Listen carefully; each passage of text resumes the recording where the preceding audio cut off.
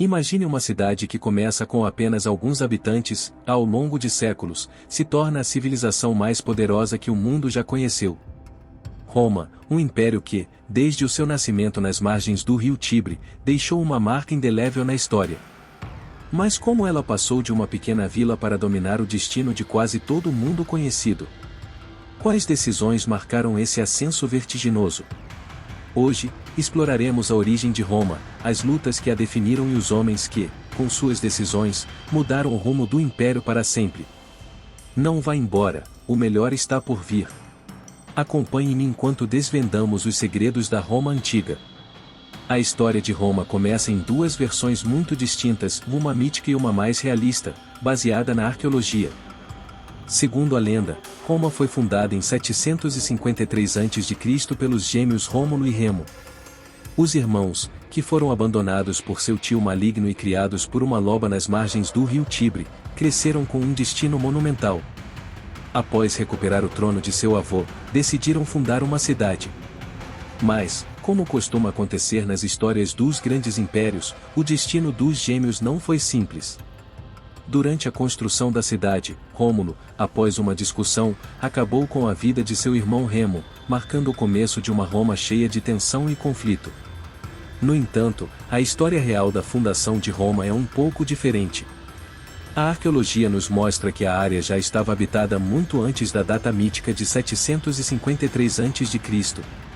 O que sabemos com certeza é que Roma começou como uma série de pequenos assentamentos nas colinas da região do Tibre, que aos poucos se agruparam para formar uma cidade. Mas quem eram realmente esses primeiros habitantes de Roma?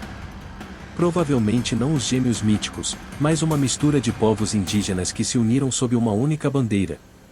Portanto, Roma não nasceu de uma única pessoa nem em um único dia, mas como um pequeno projeto coletivo que cresceu devido à necessidade de sobrevivência e às circunstâncias da época. À medida que Roma começava a se estabelecer como uma cidade, seus primeiros passos foram guiados por uma série de reis, alguns lendários, outros mais misteriosos. O primeiro desses reis foi Rômulo, que, após matar seu irmão, se tornou o primeiro rei de Roma, dando início a uma dinastia que perduraria por 7 gerações. No entanto, nem todos os reis foram iguais, e muito menos todos foram romanos. Na verdade, os 3 últimos reis de Roma vieram da civilização etrusca, uma cultura vizinha e muito influente nos primeiros anos de Roma. A influência etrusca foi fundamental. Esses reis trouxeram uma série de reformas na cidade, tanto na estrutura urbana quanto no exército, mas também deixaram um legado de tirania. E, enquanto Roma prosperava, a relação entre os monarcas e o povo foi se tornando cada vez mais tensa. Essa pressão culminou no ano de 509 a.C., quando o último rei, Tarquínio o Soberbo, foi expulso pelos cidadãos romanos, cansados de seu governo autoritário. A queda da monarquia não foi simplesmente o fim de um governo, mas o nascimento de uma nova era em Roma, na República. Um sistema onde os cidadãos teriam mais voz, e as instituições começariam a tomar uma forma mais democrática, ou pelo menos, parecia ser isso. Com a queda da monarquia, Roma entra em uma nova fase, uma fase em que o poder não estaria mais nas mãos de um único rei, mas em um sistema complexo de instituições, na República. Em vez de um monarca absoluto, os romanos estabeleceram um governo composto por cônsules, magistrados e um senado, com a intenção de evitar a tirania que havia marcado a monarquia. Mas nem tudo foi simples. Na República, existiam 2 classes sociais predominantes, os patrícios, as famílias nobres e ricas, e os plebeus, o restante da população. Embora os plebeus fossem a maioria, os patrícios controlavam as instituições-chave e acessavam os cargos políticos mais altos, enquanto os plebeus, apesar de serem cidadãos com direito de voto, eram excluídos dos postos de poder. Esse desequilíbrio de poder gerou tensões durante séculos. Os plebeus pressionaram os patrícios para obter mais direitos e acesso aos cargos públicos, lutando por reformas como a criação do tribuno da plebe, que defendia seus interesses contra os abusos dos patrícios, e a promulgação das leis das 12 tábuas, um código legal que colocava por escrito as leis, que antes só eram conhecidas pelos patrícios. Com o tempo, os plebeus conseguiram vitórias importantes, e no século III a.C., até chegaram a ser eleitos cônsules, rompendo com a exclusividade patrícia nas principais instituições do governo. Mas enquanto as tensões internas continuavam, Roma começou a se expandir. Ela não só lutava contra seus vizinhos próximos, mas suas vitórias militares e diplomáticas começavam a lhe dar poder e influência por toda a região. Apesar das tensões internas, a República Romana começou a se expandir rapidamente, estendendo sua dominação por toda a Península Itálica e além. Os romanos não apenas lutaram contra seus vizinhos, mas também elaboraram uma estratégia política que lhes permitiu transformar seus inimigos em aliados. Dessa forma, os povos derrotados não eram apenas subjugados, mas frequentemente integrados ao sistema romano como aliados e parceiros, garantindo recursos e mão de obra para a expansão contínua. Mas a verdadeira prova de fogo para Roma veio com a chegada de Cartago, um império rival que competia pelo controle do Mediterrâneo Ocidental. As guerras púnicas marcaram uma fase crucial na história romana, e a mais conhecida delas foi a Segunda Guerra, na qual o general cartaginês Aníbal Barca, com seu exército e elefantes, quase conseguiu derrotar Roma. Mas Roma, como sempre, se mostrou imbatível. Apesar das derrotas iniciais, os romanos conseguiram se reorganizar e, finalmente, vencer Cartago. Essa vitória não apenas consolidou o poder de Roma, mas também marcou o início de sua ascensão como a superpotência do Mediterrâneo. Roma obteve acesso a vastos territórios, recursos valiosos e milhares de escravos, o que fortaleceu sua economia e seu exército. Com essa vitória, Roma passou de uma cidade-estado para uma potência imperial. Não só Cartago foi derrotada. Roma continuou sua expansão pela África, Ásia e Europa, absorvendo culturas, territórios e povos inteiros. De fato, Roma tinha uma capacidade impressionante de incorporar as culturas que conquistava, adaptando os elementos mais úteis e transformando-os em parte de seu próprio sistema. À medida que Roma se expandia e se fortalecia, o sistema republicano começou a mostrar sinais de desgaste. Embora existissem instituições que distribuíam o poder, na prática, a política romana era dominada por um pequeno número de indivíduos. A luta pelo poder se intensificou, e as tensões dentro do governo republicano começaram a enfraquecer as bases do sistema. Foi nesse contexto que surgiu uma figura que mudaria a história para sempre, Júlio César. César, um brilhante general, destacou-se durante suas campanhas na Gália, levando Roma a uma série de vitórias que expandiram ainda mais sua dominação.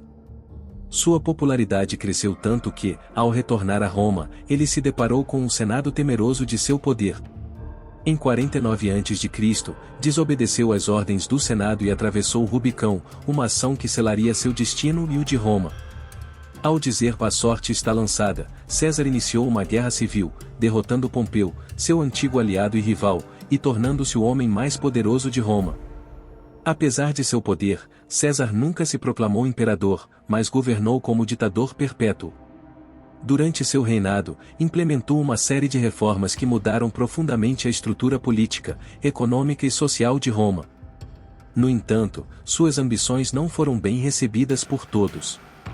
Um grupo de senadores, temendo que César se tornasse um tirano, o assassinou em 44 a.C., em um dos momentos mais dramáticos da história romana.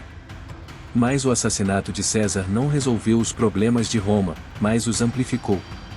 Após sua morte, seu filho adotivo, Otávio, mais tarde conhecido como Augusto, enfrentou Marco Antônio e Cleópatra, a rainha do Egito, em uma guerra civil que culminaria com a derrota de seus inimigos e o controle absoluto de Otávio sobre Roma.